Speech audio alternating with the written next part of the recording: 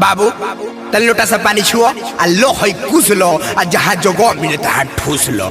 बाबू तनी है ने देखो, अरे पान गुटका सिगरेट बीड़ी आ दारू पियाला के बाद भीड़ा भीड़ी ई कुल करे लो कि ना?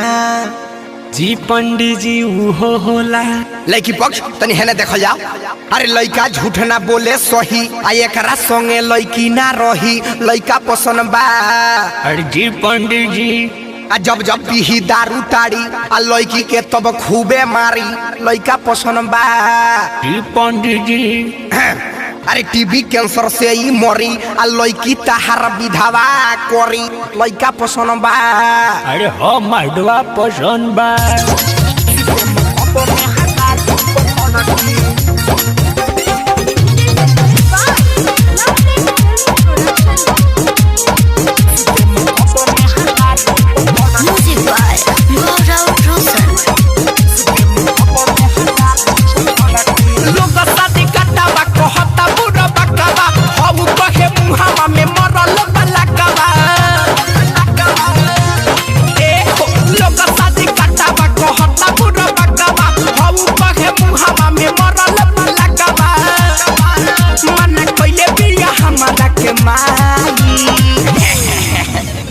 बाबू बाई ढूंढ ढूंढ, अरे हाथ होने तोर मुंह बसाता।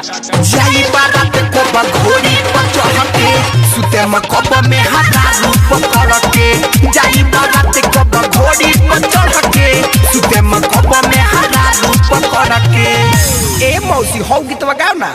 गाई के गोबारा महादेव आंगन लिपाई, गजमातिया हो महादेव चौका पुराई। सुनिए शिव शिव के दोहाई। ओम ओम सटा सटंतम पटा पटंतम आँख मरंतम हाथे हिलंतम, ई गुणकुल तहरा में बा। जी पंडित जी अरे यार कहाँ बा डीजे वाला रे, तन डीजे बजा तो।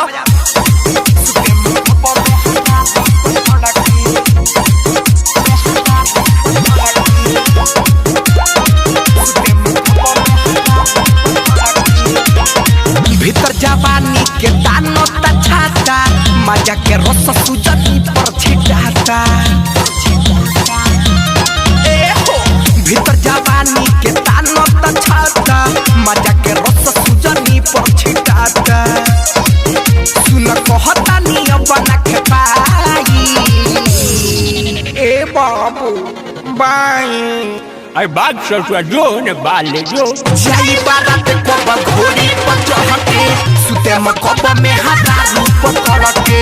जाई बारात को बघोड़ी पर चढ़ के, सुते में कब में हरा रूप कर के। लोग शादी काटावा कहता बुरा बकवा, हऊ कहे मुहावा में मरल पलकवा। मन कइले बिया हमारा के माई। ए बाबू ए बाई ढूंढ ढूंढ, अरे हाथ होने तोर मुंह बसाता। जाई बारात को बघोड़ी पर चढ़ के, सुते में कब में हरा रूप कर के।